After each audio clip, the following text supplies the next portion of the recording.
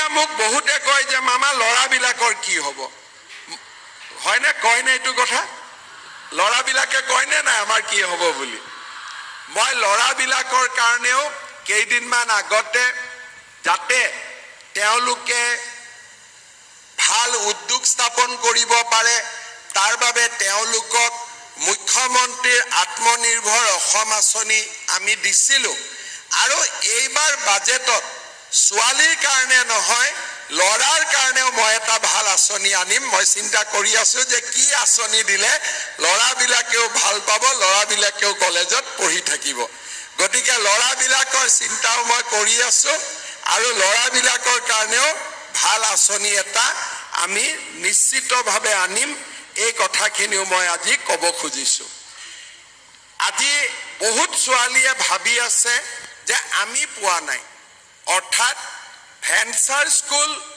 আৰু self financing স্কিমত পঢ়া ছাত্ৰীখিনিক আমি প্ৰথম অৱস্থাত এই আঁচনিখিনিত লোৱা নাই কিন্তু অহা মাহৰ ভিতৰত আমি এটা সিদ্ধান্ত ল'ম ভেঞ্চাৰ স্কুল কলেজত পঢ়ি থকা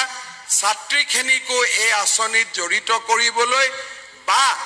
প্ৰভিন্সিয়েলাইজ কলেজত যিসকলে সেলফ ফাইনেন্স স্কিমত পঢ়ি আছে তেওঁলোকৰ বাবেও অহা মাহত আমি এই আঁচনিটোৰ সম্পৰ্কত সিদ্ধান্ত ল'ম আৰু যিসকলে কিবা কাৰণত বাদ পৰি গৈছে তেওঁলোকে কলেজৰ প্ৰিন্সিপাল বা স্কুলৰ প্ৰিন্সিপালক লগ কৰি পোৰ্টেলত যাতে নিজৰ নামটো পঠিয়াই দিয়ে তাৰ বাবে মই অনুৰোধ কৰিম মই বহুত দীঘলীয়াকৈ ক'ব খোজা নাই আজি আমাৰ কামৰূপ মহানগৰ কামৰূপ আৰু মৰিগাঁও জিলাৰ 24,384 গৰাকী ছাত্ৰী ইয়াত উপস্থিত আছে আপোনালোকৰ প্ৰথম পইচাটো আমি একাউণ্টত দিয়া নাই বেংক ড্ৰাফটত দিছোঁ কিয় বেংক ড্ৰাফটত দিছোঁ তেতিয়াহে আপোনালোকে নতুনকৈ খোলা একাউণ্টখিনিত এই টকাটো জমা দিব আৰু একাউণ্টটো আছে নে নাই এবাৰ পৰীক্ষা কৰিব পাৰিব নহলে প্ৰথমতে মই যদি ইয়াৰ পৰা ইলেক্ট্ৰনিক্যালি টকা পঠাও আমাৰ পৰা টকাটো যাব কিন্তু বেংকত বন্ধ হৈ থাকিব সেই কাৰণে প্ৰথম আঁচনিখন চেক বা ড্ৰাফটত ললে তাৰ পিছৰখিনি আমি বেংকত ডিবিটি কৰি লৈ থাকিলে আমাৰ সুন্দৰ কৰি আঁচনিখন চলি থাকিব মই ছাত্ৰীসকলক অনুৰোধ কৰিম অহাকালি আপোনালোকৰ কলেজত স্কুলত নিশ্চিতভাৱে আপোনালোকে বেংক ড্ৰাফটখন পাই যাব আমি ইতিমধ্যে কলেজক আৰু স্কুলক আমি বেংক ড্ৰাফটবিলাক দি দিছোঁ আপোনালোকক অহাকালি ধুনীয়াকৈ দি দিব আৰু বেংক ড্ৰাফটখন লওঁতে কোনোবাই যদি কিবা কাৰণত আপোনালোকৰ পৰা চাহ খাব কিবা খুজে মোক লগে লগে জনাই দিব ঠিক আছে কিবা এটা কৰি অকণমানো যদি ভুলতেও যদি কোনোবাই কিবা কয় মোক লগে লগে আপোনালোকে জনাই দিব আমাৰ মুখ্যমন্ত্ৰীৰ কাৰ্যালয়ত ইমেইল একাউণ্ট আছে লগে লগে আপোনালোকে ইমেইল কৰি দিব তেতিয়া যি ব্যৱস্থা কৰিব লাগে মই কৰিম কিন্তু মই বিশ্বাস কৰোঁ যে কোনেও আজিকালি এইবোৰ কাম নকৰে এইবিলাক প্ৰথা লাহে লাহে আমাৰ সমাজত নোহোৱা হৈ আছে কিন্তু অসমৰ বাকী সমষ্টিত যিসকল ছাত্ৰী বহি আছে তেওঁলোকক মই অনুৰোধ কৰিম আপোনালোকে আজিয়ে চেকখন লৈ যাব অহাকালিলৈকে নথব যিহেতু বাকী স্থানসমূহত কৰবাত 500 কৰবাত 1000 ছোৱালী বহি আছে আজিয়ে যাতে চেকখন লৈ যায় তাৰ কাৰণে মই অনুৰোধ কৰিম এই আমি স্ক্ৰীনত যিমান দেখিছোঁ গোটেইবিলাক আন আন জাগাত শুনি আছে গতিকে মই সকলোকে অনুৰোধ কৰিম যে আন জাগাত সভাত বহি থকা সকলোৱে যাতে এই চেকখিনি আজিয়ে লৈ যায় কিন্তু ইয়াত 25,000ক বিতৰণ কৰা সম্ভৱ নহয় কাৰণে আপোনালোকে নিজৰ নিজৰ স্কুল ইউনিভাৰ্চিটি বা কলেজত কালি চেকখন ল'ব বেংকত জমা দিব অহা মাহৰ পৰা আপোনালোকে কাকো খুদিব নালাগে ডাইৰেক্টলি আপোনালোকৰ একাউণ্টত টকাখিনি পাই যাব মই এটাই অনুৰোধ কৰিম সদায় যেন আমি স্কুল আৰু কলেজত যাওঁ ফাৰ্ষ্ট ইয়াৰটো যাতে খুব ভাল কৰি দিওঁ সেকেন্ড ইয়াৰত যাতে আমি শিক্ষা সমাপ্ত নকৰোঁ দেউতা মাক এটা অনুৰোধ কৰিব লাগিব মোৰ ফালৰ পৰা যে আমাক যাতে এটলিষ্ট ছাত্ৰীসকলক ডিগ্ৰীলৈকে পঢ়াৰ কাৰণে সুবিধা কৰি দিয়ে কিছুমান সমষ্টিত কলেজৰ অসুবিধা আছে আমি লাহে লাহে বহুত কলেজো বনাই আছো যাতে পঢ়িব পৰা ষ্টুডেণ্টে পঢ়াৰ কাৰণে যাতে কেতিয়াও অসুবিধাত পৰিব নালাগে বিশ্ববিদ্যালয় আৰু কলেজসমূহ আমি নতুনকৈ বনাই আছো যাতে হায়াৰ সেকেন্ডাৰী পাস কৰা সকলো ছাত্ৰ ছাত্ৰীয়ে ডিগ্ৰীত এডমিশন পায় আৰু ডিগ্ৰী পিছত যিসকলে পোষ্ট গ্ৰেজুৱেট পঢ়িব খোজে তেওঁলোকে যাতে পোষ্ট গ্ৰেজুৱেট পঢ়াৰ সুবিধা পায় মই বিশেষ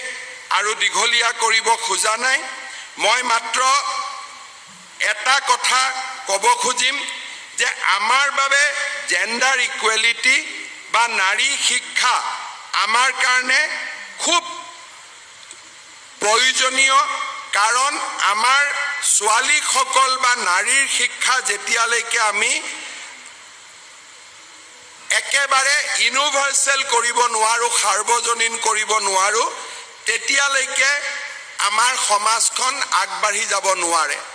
মই দুটা সৰু কথা কম আমাৰ ৰাজ্যত 1935 চনত যেতিয়া অসম আৰু মেঘালয় আছিল তেতিয়া আমাৰ প্ৰথম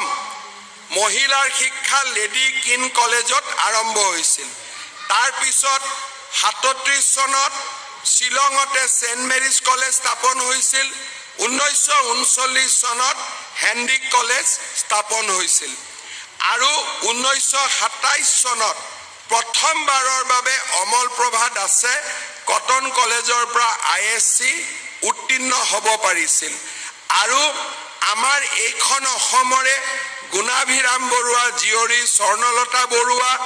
উদয়ৰাম দাসৰ কন্যা সৰলা দেৱীয়ে কলিকতাত গৈ সেই সময়ত উচ্চ শিক্ষা লাভ কৰিছিল হেমপ্ৰভা দত্তই প্ৰথমবাৰৰ বাবে কলিকতাত অৱস্থিত বেথুন স্কুলৰ পৰা এফএ পৰীক্ষাত উত্তীৰ্ণ হৈছিল সুখলতা দুৱাৰা আৰু সুধালতা দুৱাৰা আছিল প্ৰথম অসমৰ মহিলা স্নাতক আৰু এমএ উত্তীৰ্ণ ছাত্ৰী অৰ্থাৎ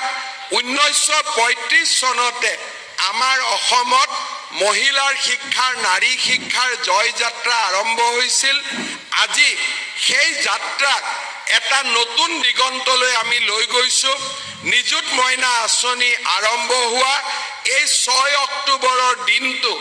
অসমৰ নাৰী শিক্ষাৰ ক্ষেত্ৰত এটা ঐতিহাসিক দিন হৈ ৰব অসম চৰকাৰৰ শিক্ষা বিভাগক বিশেষকৈ শিক্ষা মন্ত্ৰী ৰনোজ পেগু ডাঙৰীয়াক